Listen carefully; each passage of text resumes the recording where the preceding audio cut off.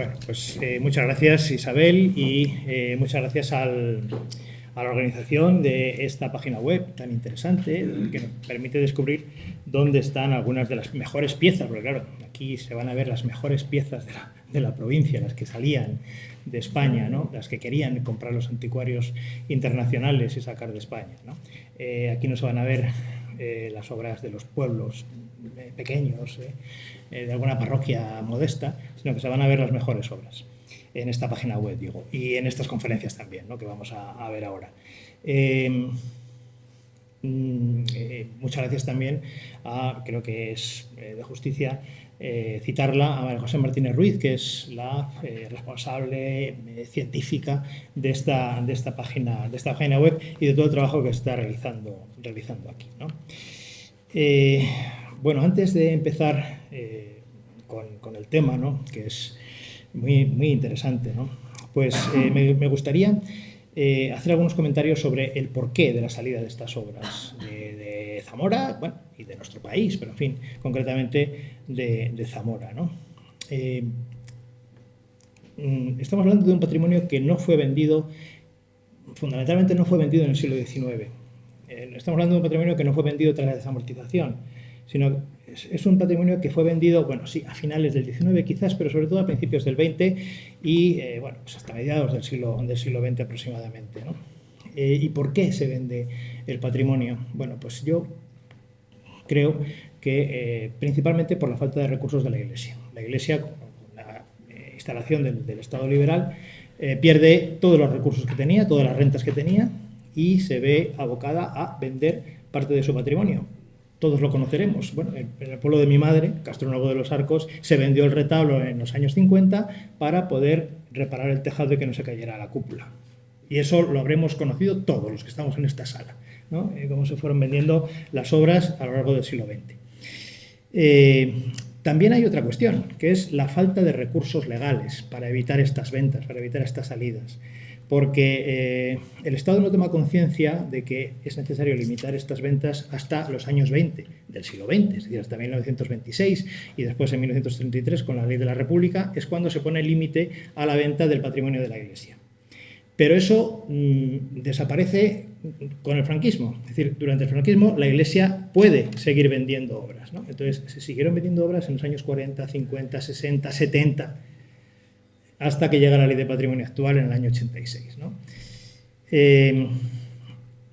Otra cuestión, la incuria, la ignorancia. Esto va a afectar sobre todo a piezas que podemos considerar como secundarias, pero que son importantísimas, como son, por ejemplo, las piezas textiles, es decir, alfombras, paños, frontales de altar. Todo eso acaba vendiéndose y cuando son de categoría acaban vendiéndose para museos extranjeros. En España, por ejemplo, no nos queda prácticamente nada, no nos queda prácticamente ninguna alfombra española.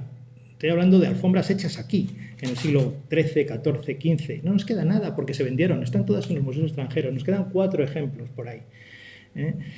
Porque no se les tenía valor, no se les valoraba, ¿no? Y después, por supuesto, la despoblación. Yo creo que el gran tema que tenemos en la actualidad, el gran reto que tenemos en la actualidad es la despoblación. La despoblación va a acabar con la mayoría de nuestro patrimonio.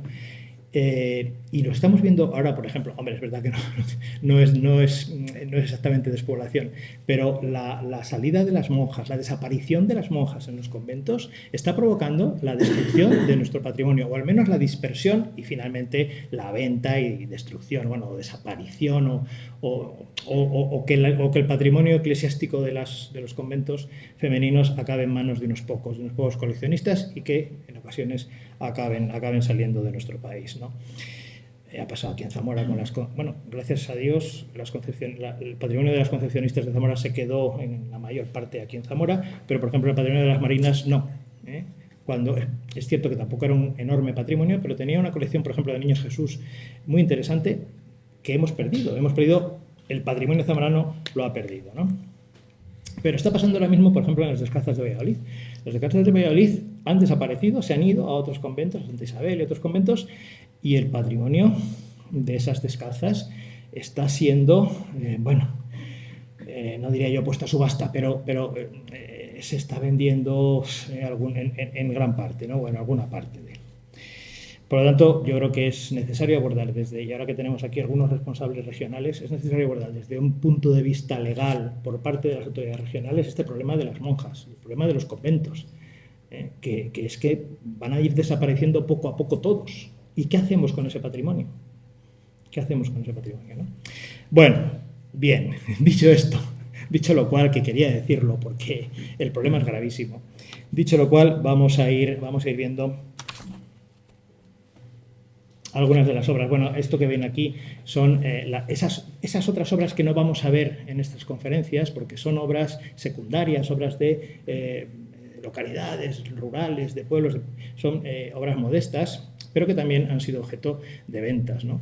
Esto en cualquier iglesia nosotros podemos ir y en trasteros, en coros, arrumbadas. Estas están bastante bien y por lo menos están relativamente limpias y sin polvo, incluso ordenadas. Yo creo que algunas de ellas se ordenaron para hacer la foto. Pero esto es el pan nuestro de cada día. Es decir, que esto todavía se ve en nuestras iglesias, ¿no? En algunas de nuestras iglesias.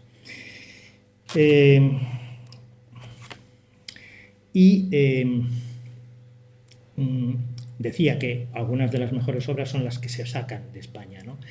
Son las que quieren estos anticuarios internacionales. Y muchas veces, sobre todo en torno a 1900, muchas veces porque las atribuciones no eran las correctas. Es decir, se sacan algunas de estas obras porque se piensan, por ejemplo, esto que tienen a la izquierda es un evangelista de 4 evangelistas que tenía el coleccionista español Lázaro Galdiano en Madrid. Él pensaba que esos 4 relieves de evangelistas eran de Alonso de Berruguete y por eso los coleccionó, ¿de acuerdo?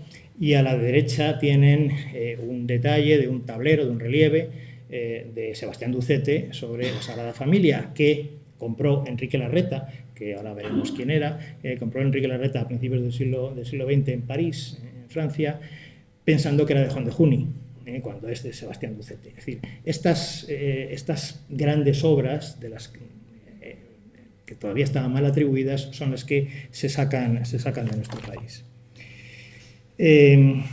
¿Y cómo salían estas obras? Bueno, lo hemos visto ahí en ese mapa donde se veía el viaje de las obras, ¿no? Las obras, prácticamente todas las obras, pasan por París a principios del siglo XX. El mercado del arte estaba centrado en París y en París es donde recalaban todas las obras que salían de España y desde París se iban a Alemania, Inglaterra, Estados Unidos, ¿de acuerdo? Pero era París el centro. Y la mayoría de ellas veremos que han pasado por París, ¿no? Menos algunas pocas, aquí en Zamora es curioso, pero algunas pocas de las que salen de Zamora van a Portugal. Portugal tampoco es un centro comercial de antigüedades muy importante, ¿no? Pero sin embargo yo creo que la cercanía de Zamora con Portugal hizo que algunas de las obras acabaran en Portugal, ¿no? Bien, una de esas obras que, que por supuesto no se atribuía ni a Berruguete, ni a Juni, ni a Siloé, ¿no? Porque es una obra todavía casi gótica, ¿no? Gótica. Es esta obra de Gil de Ronza, que está en el Museo de los Claustros en Nueva York y que también pasó por París, ¿no? Es una obra identificada por José Ángel Rivera de las Heras hace unos años, una de esas obras, de ese conjunto magnífico de obras que estaban en la capilla del Deán Cepeda, en San Francisco. Esa capilla que está arruinada al lado de la capilla mayor de la iglesia de San Francisco, que tenía unas cabañas, unos huecos donde estaban una enorme cantidad de grupos escultóricos de la Pasión de Cristo y de otras figuras. Y hacía pareja con la muerte que está en el Museo Nacional de Escultura, ¿de acuerdo?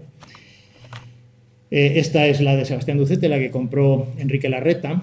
Enrique Larreta era uno de estos prohombres argentinos que en 1910 fue nombrado embajador en Francia, amante de la cultura española, viajero en España. Entre 1910, como digo, y 1916 fue embajador de Argentina en Francia, en París, y allí, en la casa donde él vivía, se documenta, se inventarió este tablero como de Juan de Juni, ¿no?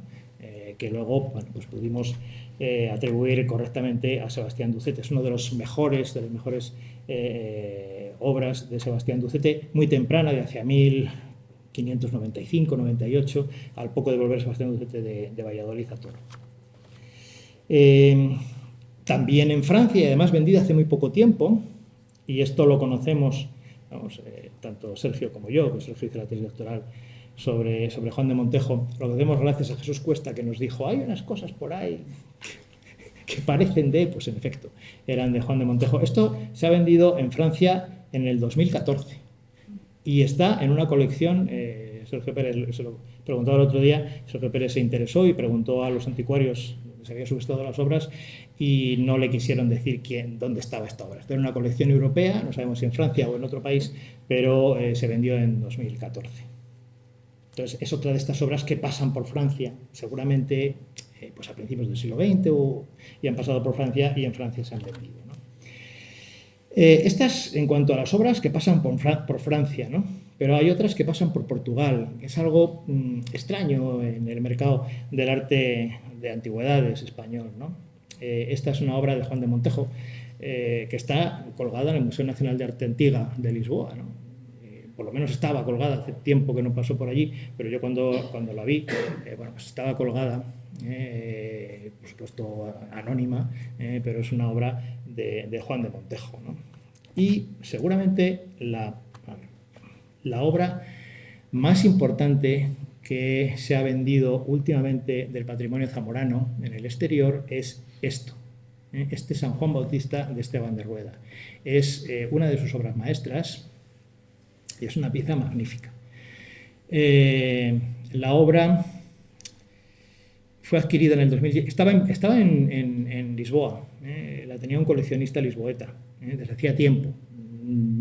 A mí nunca me dijeron la historia de esta pieza y por qué había llegado a ese coleccionista lisboeta. Pero lo que sí sé es que unos anticuarios madrileños llamados Coll y Cortés, Jorge Coll y no me acuerdo cómo se llamaba Cortés, pues la conocieron y la compraron. Tampoco sé por cuánto, pero seguro que por mucho. Por mucho. Quisieron vendérsela al Estado y la ofrecieron al Estado. Pero en ese momento, en 2016, en España había una enorme crisis económica todavía y el Estado no pudo adquirirla. Ya digo que seguramente fue muy cara. No sé cuánto, pero seguro que más de 100.000 y seguro que más de 200.000 euros. Fue muy cara. Y finalmente la sacaron de España. Pero ¿cómo se pudo sacar esto de España? Bueno, pues esto se pudo sacar de España porque hay, según la ley de patrimonio, lo que tú importas a España de otro país, puedes sacarlo en 10 años. Al cabo de 10 años, esa pieza se puede declarar BIC, bien de interés cultural, y por lo tanto ya no se puede sacar. Pero en esos 10 años se puede sacar de España y por lo tanto la pudieron vender. Y la vendieron en Estados Unidos. Y ahora mismo está en Los Ángeles, el Museo de Arte de Los Ángeles. ¿De acuerdo?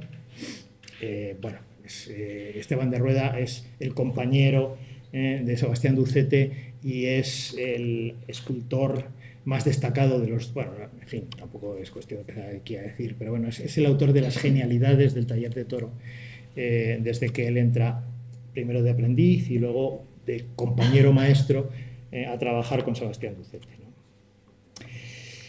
Bien, visto este pequeño panorama, hay más obras que no he querido traer, pero visto este pequeño panorama, lo que sí quería es bueno, hablar un poco de esperanza, de que hay motivos para la esperanza. Hay obras que han vuelto a España. Por ejemplo, estas obras, estos dos relieves bastante grandes de Juan de Montejo, fueron comprados por el Estado antes de la crisis, en 2008, antes de que la crisis cortara de raíz las compras estatales. Ahora se han vuelto a comprar cosas, por supuesto, pero antes de eso el Estado compró estas obras a Sotheby's, en una subasta de Sotheby's. En esa subasta se decían que eran obras romanistas, seguramente riojanas o navarras, en realidad son de Juan de Montejo, del salmantino zamorano Juan de Montejo, y afortunadamente el Estado las compró. Y otra obra más dentro de estos motivos para la esperanza son estas piezas, ¿no? Estas dos piezas. Y también me gustaría comentar alguna cosa sobre esto, sobre cuáles eran los mecanismos que utilizaban los anticuarios para conseguir este tipo de obras. Cuando Gómez Moreno hace el catálogo monumental de Zamora en 1904 o 5, cuando entra en el convento de las Sofías de Toro, dice que el retablo es magnífico, de final del siglo XVI, y que sobre todo destacan dos obras, que son el Cristo a la columna y el San Pedro en lágrimas. Es una pareja de la misma iconografía, el Cristo a la columna y el San Pedro que está negando a Cristo, y entonces se arrepiente y empieza a ver. Que estaban en el primer cuerpo del retablo. Él dice que esas son las mejores piezas, que son junianas, no sé qué, no sé cuántos. Bueno, pues son las dos piezas que las monjas vendieron del retablo. Esto es muy habitual. Cuando Gómez Moreno llega a la catedral y abre el tesoro y empieza a sacar las cajas de marfil y su mujer, y él se sube a la escalera y su mujer está abajo y le va dando las cajas de marfil, no sé, 6, 7, 8, 10 cajas de marfil, al poco tiempo no quedó ni una. El Cabildo vendió las cajas. Es decir, esto era el mecanismo que utilizaban los anticuarios para acceder a este tipo de piezas. Bien, esas dos obras salieron de Toro, salieron del convento de las Sofías. La de la derecha, el San Pedro, sabemos que fue comprado por Federico Marés, y está instalado y está expuesto en el Museo de Federico Marés en Barcelona, pero de la otra no se había vuelto a saber nada. Y de repente aparece en subasta en Barcelona, aparece la obra. La obra era la pareja del San Pedro y la obra fue vendida, lo tengo por ahí, a ver, un segundo. No, bueno, lo tengo aquí. La obra salió, eso es, sí, salió en la subasta por 9.500 euros, no es mucho, salió por 9.500 euros y se remató por 13.000. Y la compró una casa de anticuarios de Madrid llamada Cailus, y Cailus pretendió venderla. Pero claro, poner un Cristo a la columna en el salón de tu casa no es fácil, y no era fácil vender esta obra. Por lo tanto, bueno, pasaron los meses y finalmente Cailus, con muy buen criterio, dijo, bueno, lo que vamos a hacer es, incluso perdiendo algo de dinero, devolvérselo al convento. Si el convento nos puede pagar algo, pues tanto mejor. Y es lo que pasó. El convento hizo unas rifas, o sea, las monjas Sofías, con toda su buenísima intención, las herederas de aquellas que en el año 30, más o menos, habían vendido las piezas, hicieron rifas, consiguieron dinero, aceptaron donaciones y al final, perdiendo algo de dinero los de Cailus, consiguieron comprar la obra. Ahí está la obra llegando al convento y las monjas tan contentas con él, y la obra colocándola en la hornacina y claro, estaba una de las obras, el Cristo a la columna, la original de Sebastián Ducete. Faltaba la otra obra, faltaba el San Pedro, por supuesto. El Museo Marés no iba a soltar el San Pedro ni de broma, porque claro, es que es suyo, lo compró en el rastro. Marés compraba mucho en el rastro, Marés compraba mucho en iglesias, pero compraba también en el rastro. Pero lo que sí permitió el Museo Marés fue hacer una copia. Primero se hizo una copia, no sé si fue una pintura, seguramente una fotografía del San Pedro, y luego se hizo una copia de madera, una copia de escultura. Utilizando el sistema mecánico de puntos, etc., se hizo una copia de escultura que es la que está expuesta en la actualidad en el museo. Y esto es lo que pretendía contarles. Por una parte, todo el desastre, en fin, esto es así, la venta de nuestras obras, y por otra parte, pues, motivo para la esperanza, el regreso de algunas de ellas. Así que les dejo con Sergio Pérez, que les va a hablar de un caso concreto de una de esas piezas que salieron de Zamora. Muchas gracias.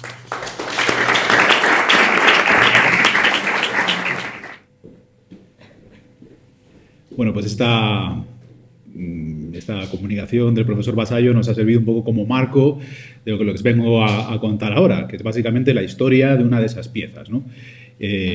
No es ni muchísimo menos la mejor, no es una pieza que tenga unas características especiales, sino que el hecho de poder traer esta pieza a comentario es básicamente porque hemos podido reconstruir con bastante creo, esa actitud, el viaje que este monumento funerario, salido de Zamora, concretamente del monasterio de San Pablo y San Ildefonso, hizo con dirección al Museo Fine Arts de Boston, que es donde actualmente se encuentra.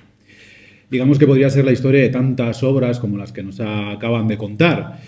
Y al fin y al cabo no deja de despejar la realidad de esos años finales del siglo XIX y principios del siglo XX y un poco la realidad de nuestro patrimonio, del patrimonio de Zamora, en esas décadas complejas en las que, bueno, pues no voy a incorporar más detalles de los que ya se han dicho, ¿no? Lo cierto es que para hablar de este monumento y para hablar del monasterio de San Pablo y San Ildefonso debo retrotraerme a algunas cuestiones que tienen que ver con el propio convento y que tienen que ver con un personaje o con unos personajes que son la familia Falcote. Concretamente, ese perdido convento de San Pablo y Antonio y Juan Falcote van a ser quienes verdaderamente nos sitúen en el origen de ese monumento funerario de alabastro que les mostraba al principio.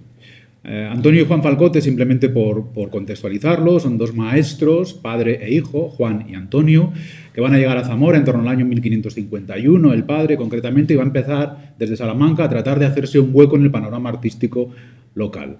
Lo va a conseguir, digamos, con un estilo bastante juniano, un estilo puesto al día de esas novedades, en torno a los años 50, 60, y realizar algunas obras que conocen sobradamente, sobre todo aquellos que son de Zamora, ¿no?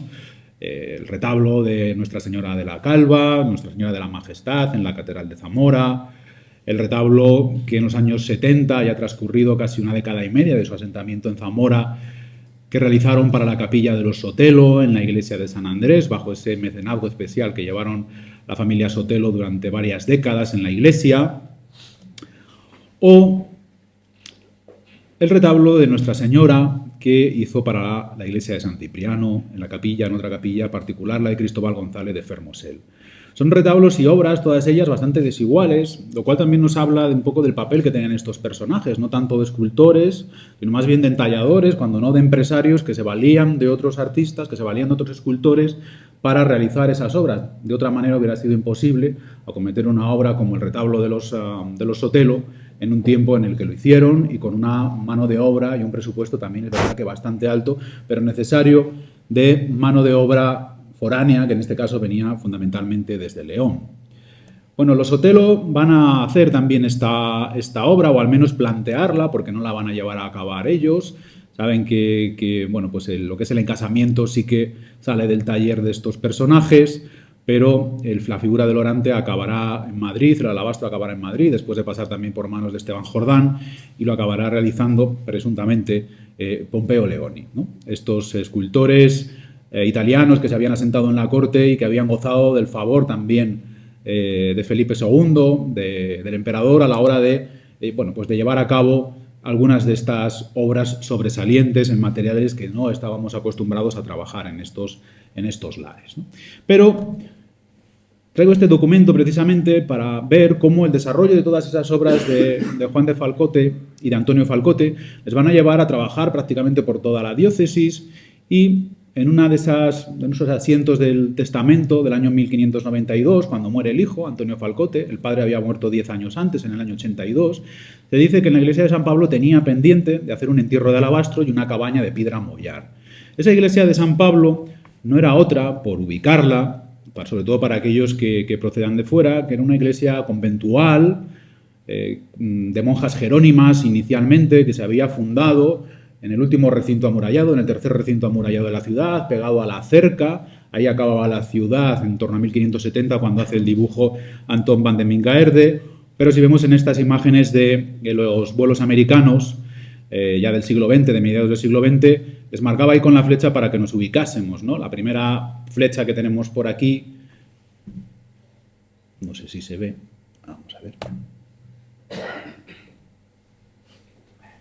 Ahí. En esta flecha que marcamos es la iglesia de San Andrés, actual seminario, por tanto calle de San Andrés. Aquí teníamos la iglesia de Santiago del Burgo con el desaparecido convento de Santa Clara, por tanto calle de Santa Clara, y paralela a ella esa calle de San Torcuato con el convento de San Torcuato, la iglesia de San Torcuato, el convento de los Trinitarios. Y precisamente al fondo de esa calle de San Andrés se disponía el convento. ese convento del que realmente conocemos bastante poco en cuanto a su fisonomía, o conocíamos bastante poco. A través de algunos planos, como este de Cermeño del año 66, tomábamos conciencia de cómo era. Era en realidad un pequeño convento, era un convento bastante humilde, del que conocemos algunas fotografías de los años 30, como esta en las que las juventudes de Falange pues paseaban por la ciudad de Zamora y justamente pasaban por delante de la iglesia de San Pablo, ¿no? Creo que todos conocerán la ubicación, aunque estas fotografías no son completamente actuales, y de lo cual no queda absolutamente nada más allá de este contrafuerte que tenemos en primer término, o este otro contrafuerte de mayor tamaño, además de algunos de estos sillares que quizá compusieron parte de ese edificio. Edificio que, bueno, pues que reconstruimos gracias también a los dibujos de Daniel López Bragado, que le tenemos por aquí, y que, bueno, pues reconstruye cómo podía ser ese monasterio de San Pablo y San Ildefonso. Como digo, un monasterio que lo fundará a mediados del siglo XVI, don Alonso de Mera, un personaje que había viajado hacia México, donde había hecho fortuna, y volverá hacia España, precisamente hacia Zamora y hacia su Benavente natal, que era donde verdaderamente descendía, con el deseo de fundar un monasterio para 33 monjas jerónimas, a ser posible de alta alcurnia, lo cual también, digamos que situaba el convento ante una potencia económica deseable, que no se llegó nunca a término, ciertamente.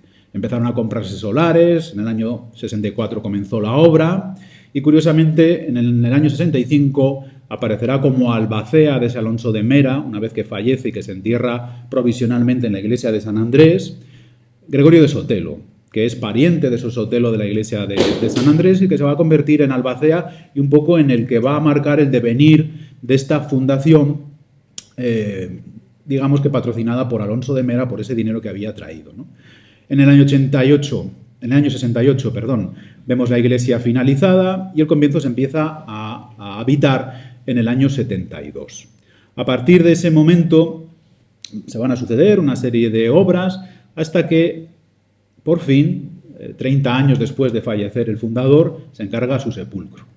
Entre 1580 y 1582, de nuevo estos Falcote, creo que también el padre, es decir, Juan, que va a pasar el encargo a su hijo, van a recibir el encargo de realizar el monumento funerario del fundador del monasterio.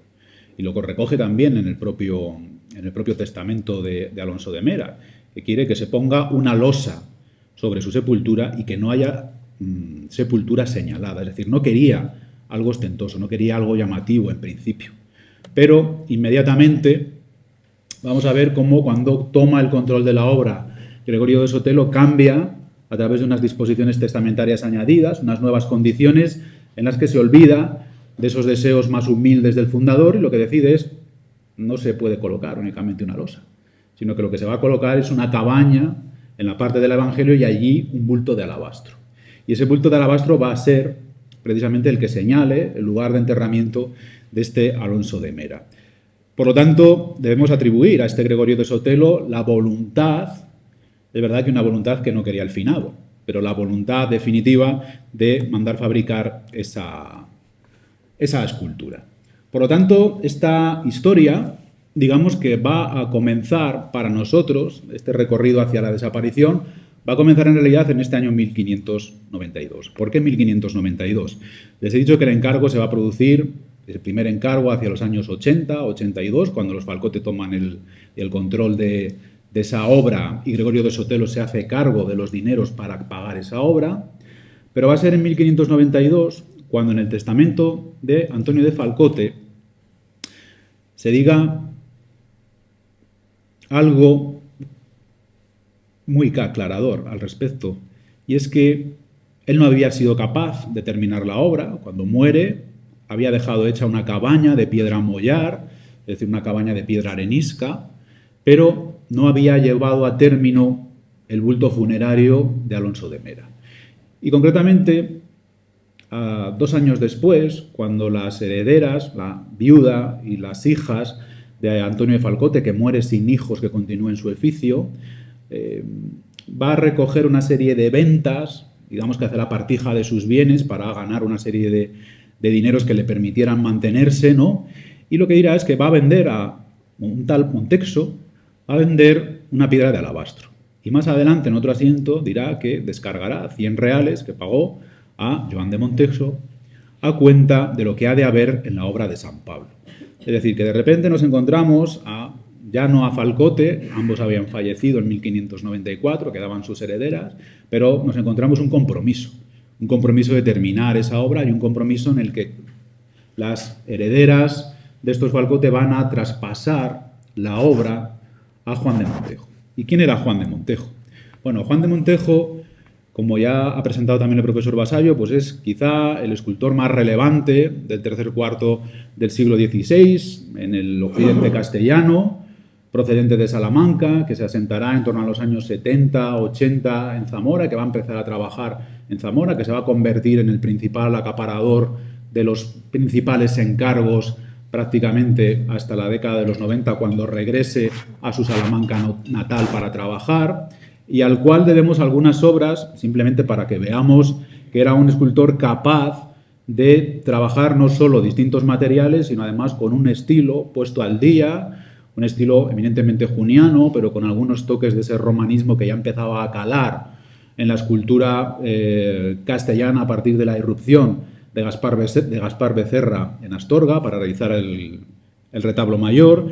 Y algunas de esas obras son, por ejemplo, pues esa fachada de la iglesia de las Carmelitas de Alba de Tormes, una obra temprana de Juan de Montejo del año 73, el sepulcro de los fundadores de ese convento, Simón de Galarza y Antonia Rodríguez, realizado en torno a 1580, 1583, donde él está ensayando un tipo de sepulcros yacentes, además de distinta disposición, de compleja disposición, como veis precisamente en esa ubicación, en esa colocación de los dos yacentes, donde la esposa es una absoluta obra maestra del detallismo, de cómo se trabajaba esa arenisca salmantina, muy similar a la que teníamos por aquí, por la zona de Jambrina, una arenisca muy fina que Montejo trabaja con una absoluta soltura y con una absoluta magnificencia, ¿no?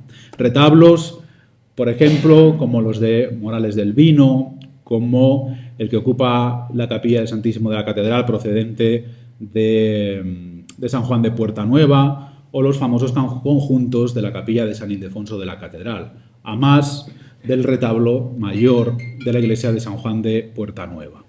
Por lo tanto, era un escultor que, digamos, estaba dispuesto, colocado a la vanguardia de esas novedades, que rápidamente se hizo con el favor de la clientela, que rápidamente empezará a trabajar y hacerse con los encargos más importantes, más relevantes, y que no podía ser de otra manera que a él se le encargase, se le encomendase la hechura de ese sepulcro.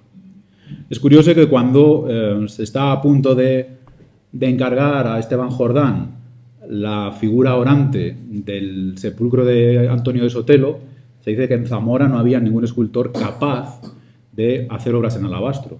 Y sin embargo vamos a ver cómo Juan de Montejo era más que capaz, no solo de trabajar el alabastro, sino de trabajar distintos tipos de piedra. Al final ahí había otro tipo de conflictos en los que no nos podemos meter, conflictos de intereses, y al fin y al cabo va a ser él el encargado de realizar este sepulcro. Digo que principio y fin, principio en ese año 1592, y el fin ¿cuándo llegará? Pues el fin, para nosotros, y si vamos rastreando paulatinamente toda la historiografía decimonónica, podemos ir rastreando cómo cada uno de aquellos viajeros y cronistas que pasaron por Zamora hicieron parada observando ese sepulcro. En 1861 hablaba de él José María Cuadrado, dando una serie de pinceladas que les he transcrito ahí. Decía cómo era, que además tenía un pajecillo, un paje a los pies, un lindo paje. Las memorias históricas de Cesario Fernández Duro no solo dan noticia de la existencia de ese sepulcro, sino que además transcriben su epitafio, como vemos ahí, en el año 1882. Incluso Eduardo J. Pérez, en esa famosa guía del viajero en Zamora, también dice que en este punto las monjas ya habían sido expulsadas y que habían sido vendidos al Estado los terrenos que ocupaba el convento y su huerta, quedando su espaciosa iglesia cerrada al culto. Estamos en el año 1895. Y de repente encontramos aquí a mi admirado don Manuel Gómez Moreno, que en el año 1903 y 1904, concretamente esto ocurre en el año 1903, visita las ruinas del convento. Y nos da una noticia sobre el sepulcro. Dice, Cuadrado, al decir de Cuadrado, ese sepulcro estaba ahí, pero se malvendió a unos años. Es decir, en 1903 se había vendido, en 1895 todavía estaba ahí. Y cuando vamos a la edición del catálogo monumental, en el año 27, es decir, habían transcurrido prácticamente 22 años, 23 años de la hechura del catálogo, nos dice que se había vendido a 3 años, en 1901. Lo cierto es que aquí don Manuel pinchó en hueso, porque no fue en 1901. El dato exacto lo sabemos gracias a los estudios de María José Martínez Ruiz, que hace algunos años publicó un artículo estudiando documentación catedralicia, en la cual encontró justamente el permiso que el obispo da para la venta de ese sepulcro, y es concretamente en el año 1898. Es decir, 3 años después del paso de estos cronistas, 2 años después, justamente esos años antes de la llegada de don Manuel Gómez Moreno, el sepulcro se había vendido. Y en conexión con lo que decía antes el profesor Vasallo, ese año 1898, 1901, coincide con una salida masiva de sepulcros prácticamente de toda Castilla, ¿no? Como estos que fueron a parar al Victorian Albert, los de García Osorio y doña María Perea, los de San Francisco de Cuéllar, conocidos por todos, que fueron a parar a la Hispanic Society de Nueva York, o el del convento de San Pablo de Valladolid, el sepulcro de Fray Martín de Duero, que fue a parar a Clerkenwell, a Londres.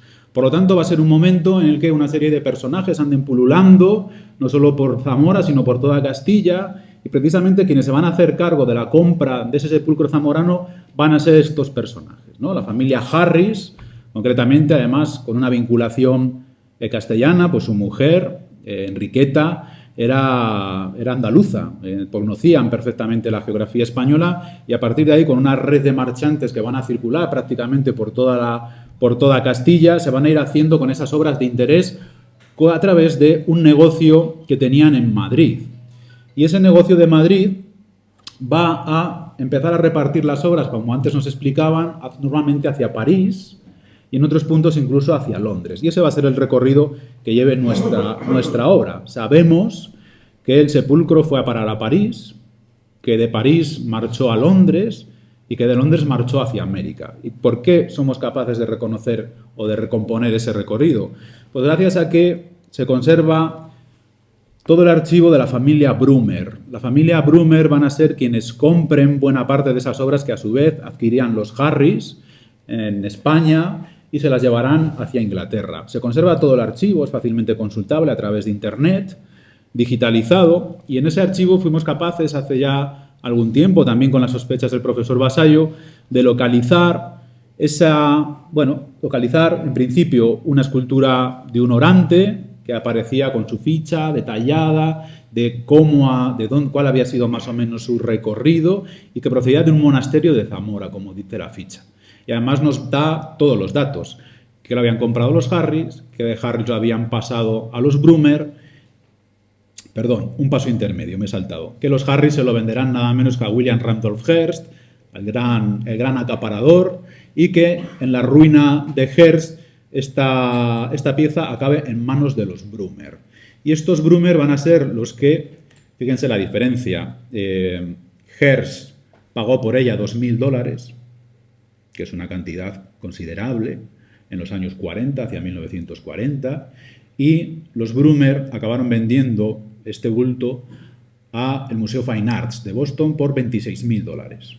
Yo creo que el cambio fue más que notable, ¿no? Tenemos todos los apuntes, todos los asientos donde aparece recogida cómo había sido fraguada esa venta, cuánto se pagó, cómo se pagó, de qué manera, cuáles fueron los impuestos, cuál fue el recorrido completo, es decir, que lo hemos podido reconstruir todo, yo creo, con absoluto detalle. Y aquí tenemos a don Alonso de Mera, ¿no? Don Alonso de Mera, que sin quererlo hizo su fortuna en América y acabó sus días en América, ¿no? Aquí le tenemos, es verdad que en un punto bastante distante, ¿no? Es verdad que cuando llegó a América le titularon Monzo Averesc, un nombre que seguramente inventaría alguno de estos viajantes, alguno de estos marchantes, comerciantes, anticuarios, que no nos revelaba el origen de ese monasterio zamorano, que no lo identificaba con ningún autor, más allá de daba una cronología en torno del año 1600 y que en algunos momentos, como casi todas las piezas de alabastro que salieron de España, pues estuvo filiado a Pompeyo Leoni, pues también de manera bastante equivocada, ¿no? Es una pieza vinculable directamente con Juan de Montejo por todos los estilemas que ya son característicos, ese tipo de trabajo de los cabellos, ese cogollo sobre la frente, esa expresividad y blandura en el trabajo del rostro. Y allí en la sala de arte gótico pues le tenemos. Allí aparece con una pintura italiana, con una vidriera francesa. Allí está don Alonso de Mera en Boston y fácilmente comparable, parangonable con algunas de estas obras que conocen, ¿no?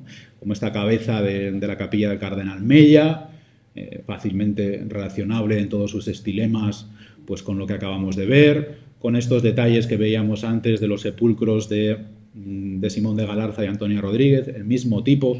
Al final son retratos un tanto idealizados, un tanto arquetípicos. No se va a buscar el retrato detallado de cómo sería el personaje, no sabemos cuál sería el retrato del propio Alonso de Mera, pero bueno, estas son las imágenes actuales, ¿no?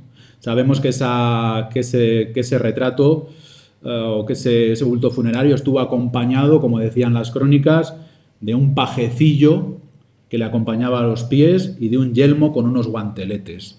Buscando en los mismos archivos hemos sido incapaces de localizarlos, aparecen piezas que podrían relacionarse con ellas, pero que cronológicamente no encajarían, por lo tanto esas son piezas que han desaparecido. Y los restos del naufragio, y con esto ya termino, es la cabaña, el encasamiento. La cabaña de piedra mollar que sí que se llevó a cabo y que hoy se conserva en una colección particular zamorana. Son esas pilastras, esas bolas, ese entablamento, esas mensulonas que aparecen en la parte inferior y a los que también acompañaron hasta cierto momento en esa misma colección ese remate de esos angelotes que portaban el escudo de Alonso de Mera, que le sujetaban y que eran muy similares a los que aparecen en el sepulcro de Alba de Tormes, ¿no? Una reconstrucción más o menos de ese sepulcro sería algo como lo que vemos aquí. Era un sepulcro relativamente sencillo, en la humildad del propio monasterio, que no era un monasterio de grandes vuelos, insisto, pero en todo él debía estar repartida esa enseña, ese escudo, esas armas de don Alonso de Mera, puesto que las claves de las bóvedas, desprendidas en su momento tras la ruina de la iglesia, permanecieron en el suelo durante muchos años, hasta que ese mismo coleccionista zamorano las recogió y las atesora aún hoy en su colección. Cierro con esta imagen agradeciendo, pues como ha hecho antes el profesor Vasallo, la amabilidad de Isabel, de María José Martínez por la invitación y por supuesto de la Fundación Castilla y León por haber tenido la amabilidad de invitarnos a trasladar pues este pequeño episodio de nuestro patrimonio zamorano, que bueno, al fin y al cabo no es un patrimonio absolutamente perdido y gracias a esta reconstrucción, también con la ayuda del profesor Vasallo, pues hemos logrado creo que reconstruir una historia bastante bonita dentro de lo penoso que resulta en general hablar de toda esta pérdida patrimonial. Muchas gracias.